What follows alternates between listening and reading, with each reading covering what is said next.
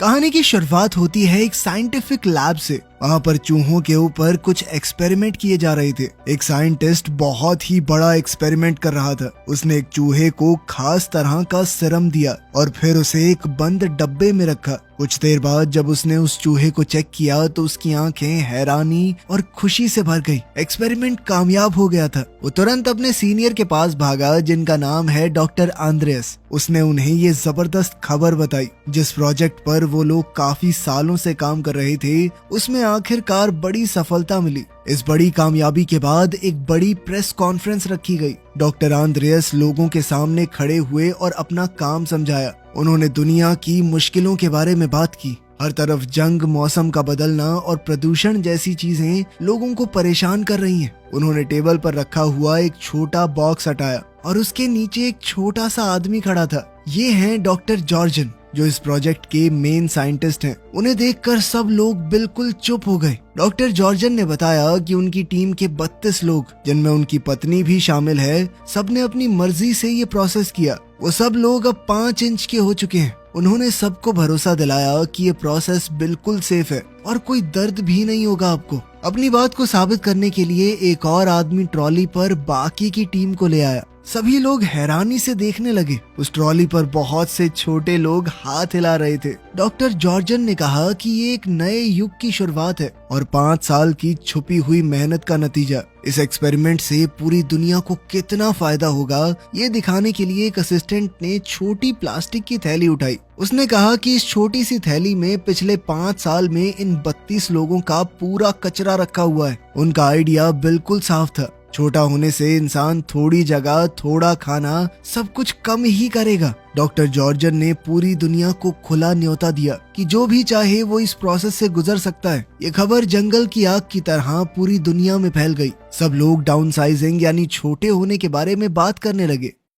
अब कहानी का फोकस हमारे हीरो पॉल पर जाता है। पॉल इस वक्त एक बहुत ही नॉर्मल जिंदगी जी रहा था, अपनी बीमार माँ का घर पर ख्याल रखते हुए। बदकिस्मती से उसके बहुत ख्याल रखने के बावजूद उसकी माँ की तबीयत बिगड़ती गई और कुछ समय बाद उनकी मौत भी हो गई। पॉल एक फैक्ट्री में काम करता था और साथ साथ बीमार लोगों की मदद भी। उसे तहे दिल से लोगों की मदद करना बहुत पसंद था। पॉल की शादी ऑड्री नाम की एक औरत से हुई। उनके बच्चे तो नहीं थे, लेकिन दोनों एक दूसरे से बहुत प्यार करते हैं। शादी के बाद उन्होंने एक नया घर खरीदा जिसमें उनकी सारी सेविंग्स खत्म हो गई। तब पॉल को समझ आया कि अपने सपनों को पूरा करना कितना मुश्किल और महंगा है। एक शाम पॉल और ऑड्री अपने दोस्तों के साथ एक पार्टी में गए। इस पार्टी की मेन अट्रैक्शन 2 छोटे लोग थे, डेव और कैरल। ये लोग यहाँ पर डाउन साइजिंग का फायदा बताने आए हैं। डेव ने भीड़ को बताया कि छोटा होने का कोई नुकसान नहीं है। उन्हें जो कुछ भी पसंद है वो सब कुछ कर सकते हैं, लेकिन एक ऐसी दुनिया में जहाँ उनका पैसा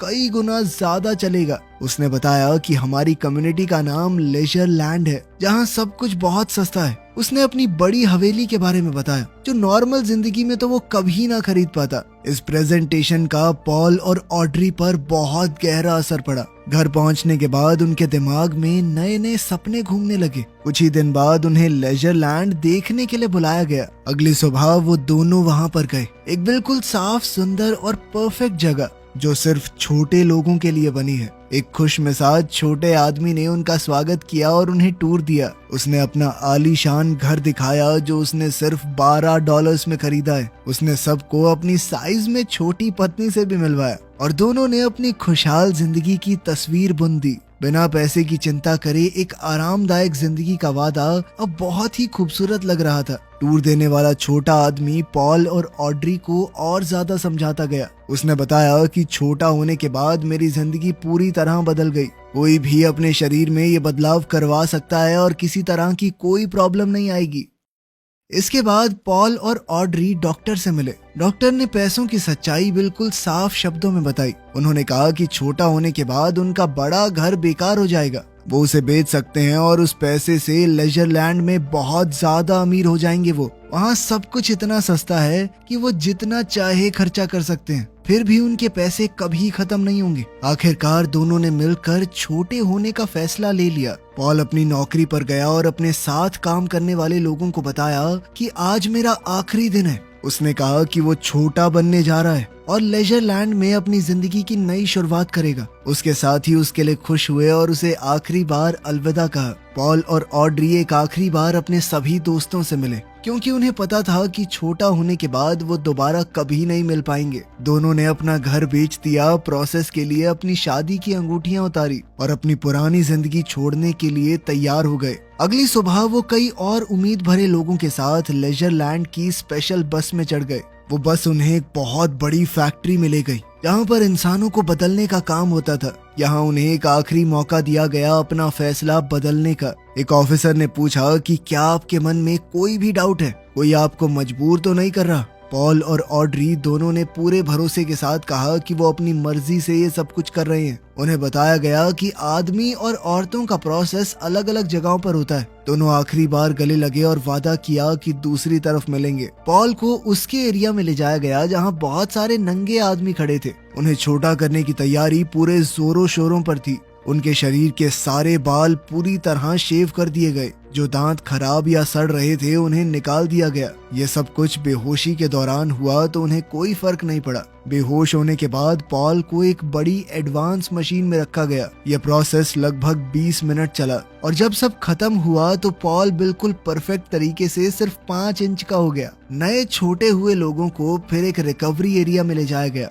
जहाँ सब कुछ उनके नए साइज के हिसाब से बना हुआ था। अब उनके साथ छोटे हो चुके डॉक्टर्स मौजूद थे। उनके निकाले गए दांतों की जगह पर छोटे आर्टिफिशियल दांत भी लगाए गए। काफी लंबे समय के बाद पॉल को होश आया। वो इस वक्त एक छोटे से बेड पर लेटा हुआ था। एक नर्स जो खुद भी साइज में छोटी है उसने उसे संभाला और कहा कि तुम पूरी तरह ठीक हो। पूरा प्रोसेस सक्सेसफुल रहा। उसने पॉल को छोटे कपड़े दिए और एक बड़ा सा बिस्किट भी ला कर दिया जो पॉल के नए नजरिए से एक सोफे की गद्दी जैसा लग रहा था। लेकिन पॉल को अपनी चिंता नहीं थी। उसकी आंखें तो सिर्फ उसकी पत्नी ऑड्री को ढूंढ रही थी। उसी वक्त उसका फोन बजा। ये कॉल ऑड्री का था। उसकी आवाज में डर और पछतावा भरा पड़ा था। उसने जो कहा वो सुनकर पॉल पूरी तरह से टूट गया।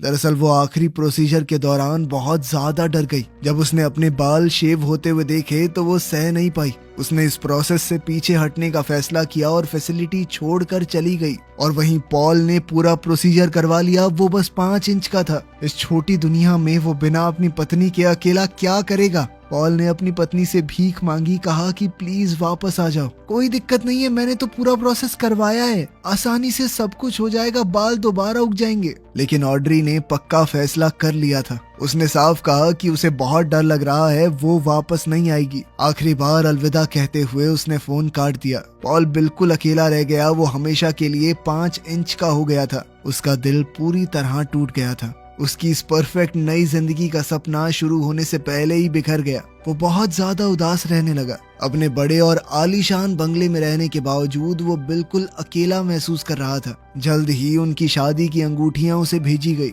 उन्हें देखकर जो उसके साइज के हिसाब से बहुत ज्यादा बड़ी हैं, उसका दर्द और ज्यादा गहरा हो गया। एक पूरा साल गुजर गया। पॉल अकेला ही रहा। वो ऐश की जिंदगी तो जी रहा था लेकिन उसे बांटने के लिए उसके पास कोई नहीं था। कभी कभी वो अपने दोस्त डेव से मिलता है जो उसे समझाता था कि यहाँ पर बहुत सारी औरतें हैं, कोई मिल जाएगी तुझे, इतना क्यों सोच रहा है। एक शाम पॉल अपने घर पर एक डेट के साथ था लेकिन सब कुछ थोड़ा जबरदस्ती खाली सा लग रहा था। उसके ऊपर वाले फ्लोर का पड़ोसी डूसान, जिसे हल्ला मचाने और पार्टी करने का बहुत शौक है, अचानक अंदर घुस आया। उसने पॉल को अपनी बड़ी पार्टी का इनविटेशन दिया। पॉल के पास वैसे भी कुछ करने को था नहीं तो उसने हाँ कह दिया।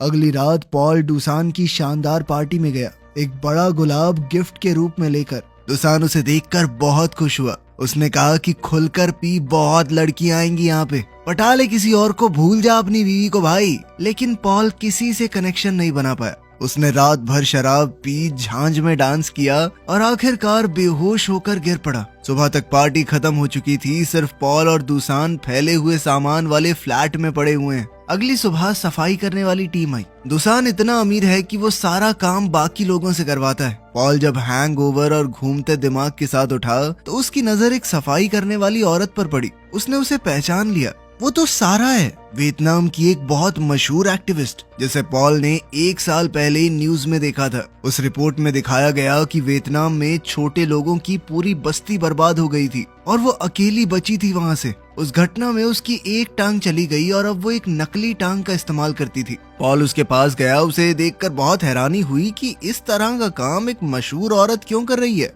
उसने कहा कि मैं तुम्हारी कहानी जानता हूँ और कहने लगा कि तुम तो पहले एक जर्नलिस्ट थी, ये सफाई का काम क्यों कर रही हो। सारा ने सीधे तौर पर कहा कि मुझे जिंदा रहना है और ये नौकरी थोड़े पैसे देती है जिंदगी काटने के लिए। पॉल ने देखा कि वो दुसान के फ्लैट से कुछ दवाइयाँ इकट्ठा कर रही है। पॉल ने उसे रोका, कहा कि ये दवाइयाँ लेना ठीक नहीं होगा। उसने बताया कि एक बीमार दोस्त के लिए है। दुसान दरअसल सफाई वालों को खुली छूट देता है कि जिसे जो चीज काम की लगे वो ले सकता है। पॉल भी अपनी पिछली जिंदगी में बीमार लोगों की मदद करता था। उसने ध्यान दिया कि सारा की नकली टांग गलत तरीके से लगी है और उसे चलते हुए दर्द हो रहा होगा। उसने कहा कि मैं ठीक कर सकता हूँ तुम्हारी टांग को। सारा उसकी इस बात से बहुत खुश हुई। उसने पॉल से कहा कि तुम एक अच्छे आदमी हो और साथ ही तुम्हें मेडिकल नॉलेज भी है, तो क्या तुम मेरी बीमार दोस्त को देखने चलोगे। उसकी मजबूरी देखते हुए और अपनी जिंदगी को कोई मतलब देने के लिए पॉल ने हाँ कह दिया। वो अपनी लग्जरी वाली जिंदगी छोड़कर सारा के साथ बस में चढ़ गया और लेजर लैंड के उस हिस्से की तरफ गया जिसके बारे में उसे कभी पता नहीं था।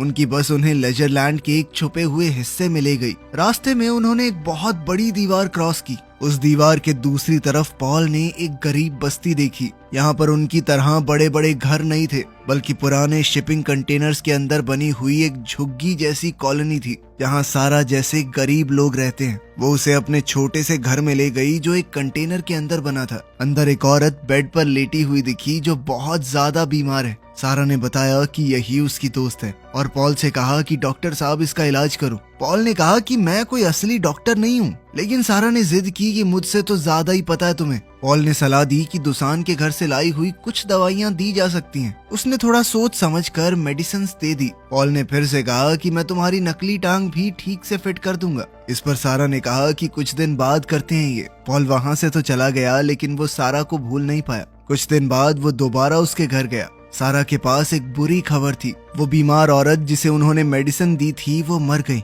उसने डर के साथ कहा कि शायद मैंने उसे ज्यादा दवाई दे दी, लेकिन उसने ये भी कहा कि मरने से पहले उसके चेहरे पर मुस्कान थी, मानो उसे दर्द से आखिरकार छुटकारा मिल गया हो। पॉल ने फिर उसकी नकली टांग ठीक करनी शुरू की। जब वो ढीले स्क्रूज को टाइट कर रहा था तो सारा ने अपनी कहानी बतानी शुरू की। उसने बताया कि वियतनाम में मैंने सरकार के डैम प्रोजेक्ट के खिलाफ प्रोटेस्ट किया था, इसीलिए मुझे जेल में डाल दिया गया। उसकी बहन भी उसके साथ जेल गई और वहाँ पर हुई पिटाई को सह नहीं पाई, मर गई। इस सब के दौरान ही एक दुर्घटना में उसकी टांग चली गई। पॉल अपना काम कर ही रहा था कि अचानक से नकली टांग टूट गई। सारा बहुत गुस्सा हो गई कि जैसी चल रही थी वैसी भी नहीं छोड़ी तूने तो। लेकिन पॉल ने हार नहीं मानी। उसने सारा को कंधों पर उठाया और अपनी गलती सुधारने के लिए कहा कि सफाई का काम मैं करूंगा जब तक तुम्हारी टांग ठीक नहीं कर देता। अब वो लेजर लैंड के अमीर लोगों के घर की सफाई करने लगा। ये काम उसके पिछले कामों से बहुत नीचा काम था, लेकिन पॉल को इस बात से कोई प्रॉब्लम नहीं थी।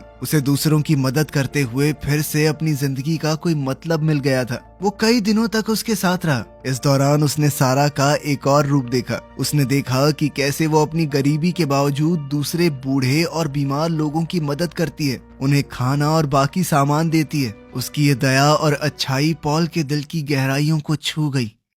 एक दिन जब दोनों मिलकर दुसान का फ्लैट साफ कर रहे थे, दुसान ने पॉल को देखा और हंस दिया। उसने मजाक किया कि पहले यहाँ हवेली के मालिक थे और अब साफ सफाई वाले, क्या चल रहा है भाई। पॉल ने सिर्फ इतना कहा कि लंबी कहानी है, फिर कभी सुनाऊंगा। दुसान भी समझ गया था कि जो भी है मेरा दोस्त खुश तो लग रहा है। दुसान इस वक्त एक दूसरे आदमी के साथ नॉर्वे जाने के एक सीक्रेट और बहुत ज्यादा पैसे मिलने वाले मिशन के बारे में बात कर रहा था। दुसान ने पॉल को भी साथ चलने को कहा। जब सारा ने ये सुना तो उसने तुरंत कहा कि अगर पॉल जा रहा है तो मैं भी जाऊंगी। पॉल ने कहा कि ये खतरनाक हो सकता है, लेकिन सारा ने अपना फैसला नहीं बदला। उसने कहा कि नॉर्वे जाना उसका पुराना सपना है। आखिरकार पॉल, सारा, दुसान और उसका साथी एक खास बोट में चढ़े और समुद्र के लंबे सफर पर निकल गए। इस सफर के दौरान पॉल की मुलाकात डाउन साइजिंग प्रोजेक्ट के असली इन्वेंटर डॉक्टर जॉर्जन से हुई और उनकी पत्नी एनी से भी। वो दोनों भी इस मिशन पर जा रहे थे। डॉक्टर जॉर्जन ने पॉल को एक भयानक सच बताया।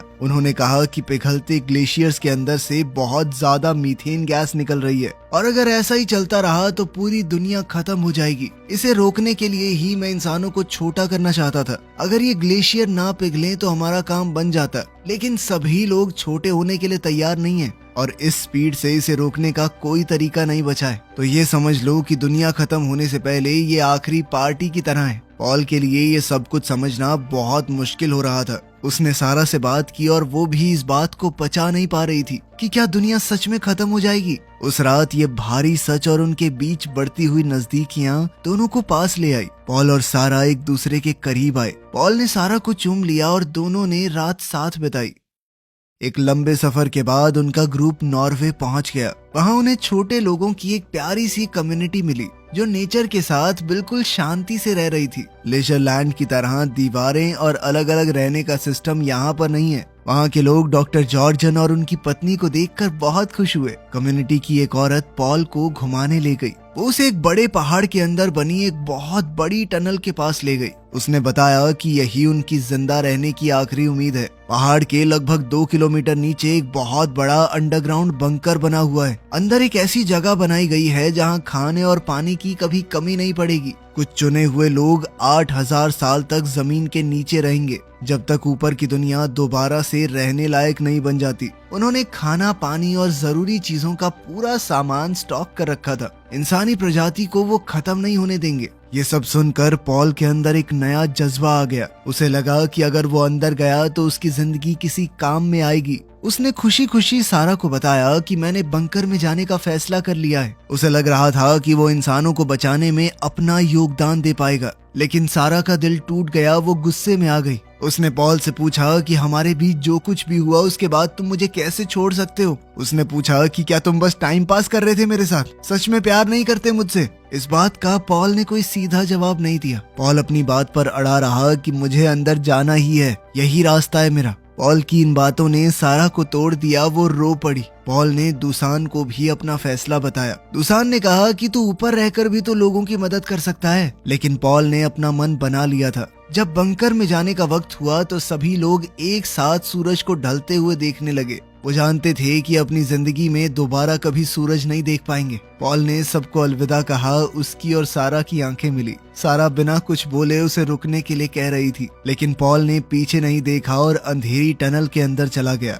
लोगों ने लगभग 2 किलोमीटर लंबा ये रास्ता तय करना शुरू किया। अंदर अंधेरा था और उन्हें पूरी रात चलना होगा। पॉल लाइन के बिल्कुल लास्ट में चल रहा था। हर एक बढ़ते कदम के साथ पॉल का मन कमजोर होता गया। उसने सारा, दुसान और उन सभी रिश्तों के बारे में सोचा जो उसने बनाए थे। वो समझ गया था कि सिर्फ जिंदा रहना जिंदगी नहीं होती। अगर अपने लोग ही जिंदा नहीं रहेंगे तो वो जीकर क्या करेगा। बाहर सारा और दुसान टनल के एंट्रेंस पर खड़े थे, इस उम्मीद के साथ कि शायद पॉल लौट आएगा। तभी उन्होंने देखा कि अंधेरे से कोई बाहर आया। वो पॉल ही था। उसने अपना फैसला बदल लिया। दुसान हंसकर कहने लगा, मुझे पहले से पता था कहीं नहीं जाएगा तू। लेकिन पॉल सीधा सारा के पास गया। उसकी आंखों में आंखें डालकर उसने सच कहा कि मैं भी तुमसे प्यार करता हूँ। अब उन्होंने फालतू ऐश भरी जिंदगी छोड़कर लोगों की मदद करते हुए जिंदगी बिताने का फैसला किया।